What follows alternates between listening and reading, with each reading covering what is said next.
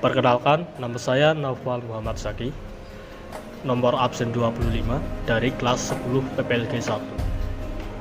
Di sini kami akan membahas dua kerajaan kuno yang ada di Indonesia, yaitu Tarumanegara dan Pajajaran. Yang pertama kita bahas adalah kerajaan Tarumanegara terlebih dahulu.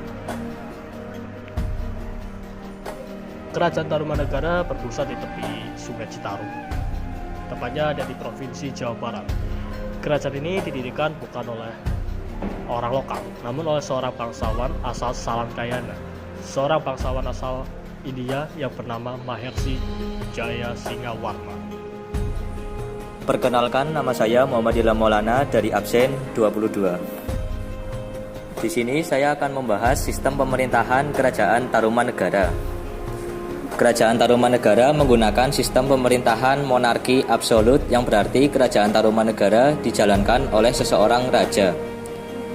Sifat dari sistem pemerintahan monarki absolut pada Kerajaan Tarumanegara adalah posisi dari raja tersebut akan digantikan oleh putra dari raja tersebut yang tentunya sudah diberikan kewenangan oleh raja sebelumnya. Adanya perpindahan posisi raja ini terjadi ketika raja meninggal atau mengundurkan diri. Selanjutnya adalah ekonomi, sosial, dan budaya Kerajaan Tarumanegara. Kerajaan Tarumanegara mengalami masa keemasan pada masa Raja Purnawarman. Karena wilayah Kerajaan Tarumanegara ini subur, jadi sebagian rakyatnya bermata pencaharian sebagai petani dan sebagiannya lagi melakukan perdagangan. Pada masa Raja Purnawarman, rakyat hidup dengan makmur karena perdagangan berlangsung ramai dan juga melakukan perdagangan dengan bangsa luar seperti dengan bangsa Cina dan India. Dengan demikian, kondisi ekonomi Kerajaan Tarumanegara ialah rakyatnya menjadikan pertanian sebagai mata pencaharian utama dan juga berkembangnya kegiatan perdagangan. Kerajaan Tarumanegara mengalami masa keemasan pada masa Raja Purnawarman. Kehidupan rakyatnya sudah menggunakan kebudayaan Hindu-Buddha. Jika dilihat dari peninggalan sejarahnya, yaitu prasasti yang berhuruf Pallawa dan berbahasa Sanskerta, maka penduduknya sudah mengenal kebudayaan tingkat tinggi. Karena wilayahnya subur, sebagian besar rakyatnya bermata pencaharian sebagai petani dan sebagiannya lagi melakukan perdagangan. Yang terkenal dari Tarumanegara adalah pembangunan sistem pengairan yang dilakukan oleh raja bersama rakyatnya untuk pertanian dan pengendali banjir. Dengan demikian, kondisi sosial dan budaya Kerajaan Tarumanegara sudah dipengaruhi kebudayaan Hindu-Buddha, melakukan kegiatan pertanian dan perdagangan, dan membangun teknologi pengairan untuk pertanian dan banjir. Assalamualaikum warahmatullahi wabarakatuh. Nama saya Abdul Aziz Lagimonif, absen 1. Saya di sini akan membacakan materi masa kejayaan Kerajaan Tarumanegara. Masa kejayaan Tarumanegara adalah ketika kerajaan ini berada dalam kekuasaan Raja Purnawarman. Purnawarman sendiri adalah Raja Tarumanegara yang ketiga. Pada masa ia memimpin, Tarumanegara banyak mengalami perkembangan seperti luas wilayah kekuasaan serta pembangunan berbagai infrastruktur pendukung kehidupan ekonomi. Ada dua faktor yang menjadi penyebab runtuhnya masa kejayaan Tarumanegara. Faktor eksternal, munculnya kekuatan baru seperti Sriwijaya di Sumatera dan Kalingga di Jawa Tengah. Faktor internal, setelah wafatnya Raja Linggawarman, tidak ada penerus kerajaan karena tidak memiliki putra. Kerajaan Tarumanegara berubah menjadi Kerajaan Sunda di bawah Raja Tarusbawa. Setelah itu, banyak wilayah di bawah Tarumanegara melepaskan diri. Dengan demikian, kemunduran Tarumanegara disebabkan oleh faktor serangan dari kerajaan lain, pengalihan kekuasaan, dan kekosongan pemimpin.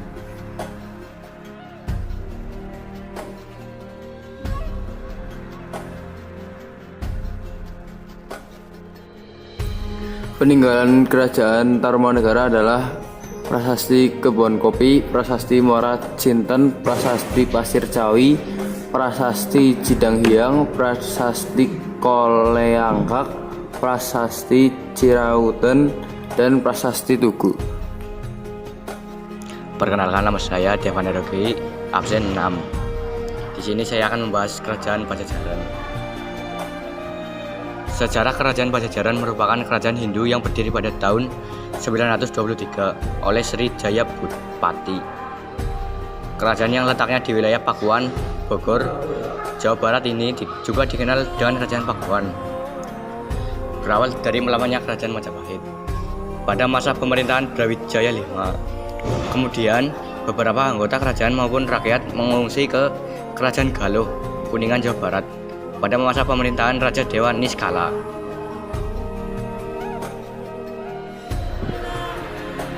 Sistem pemerintahan.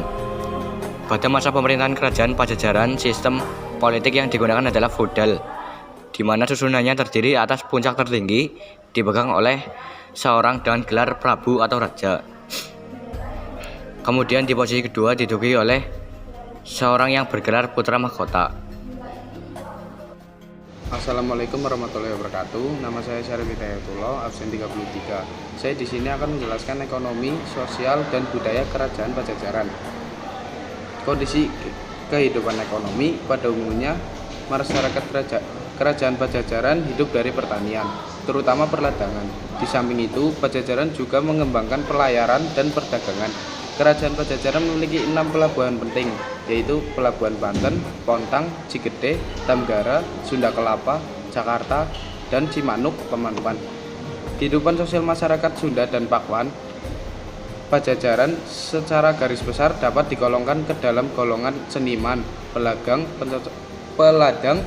pencocok tanam, pedagang. Dari bukti-bukti sejarah seperti masyarakat Tumannegara dan Galuh, mereka umumnya selalu berpindah-pindah. Hal ini berpengaruh pada bentuk tempat tinggal mereka yang sederhana. Dalam tenaga kerja, yang menjadi anggota militer diambil dari rakyat jelata dan sebagian anak bangsawan. Mereka dibiayai oleh negara.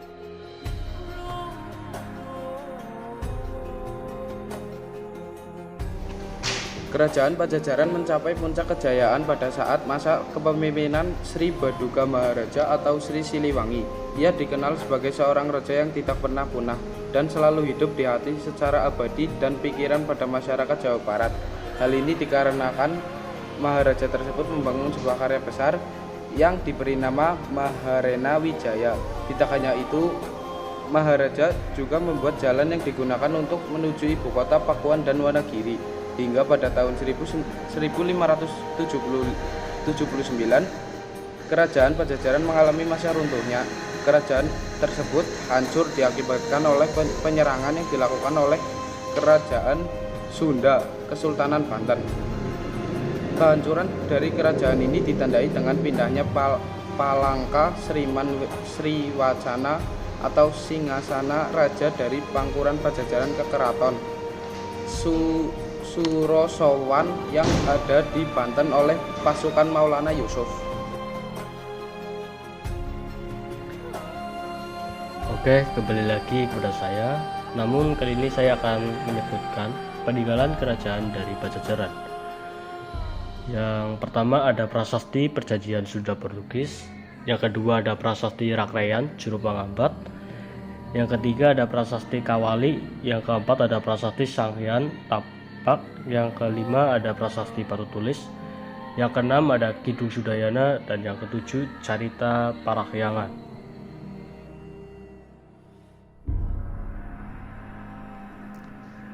Demikian pembahasan tentang kerajaan kuno di Indonesia yang dapat kami bahas. Kami dari kelompok 2 mengucapkan terima kasih atas perhatiannya dan wassalamualaikum warahmatullahi wabarakatuh.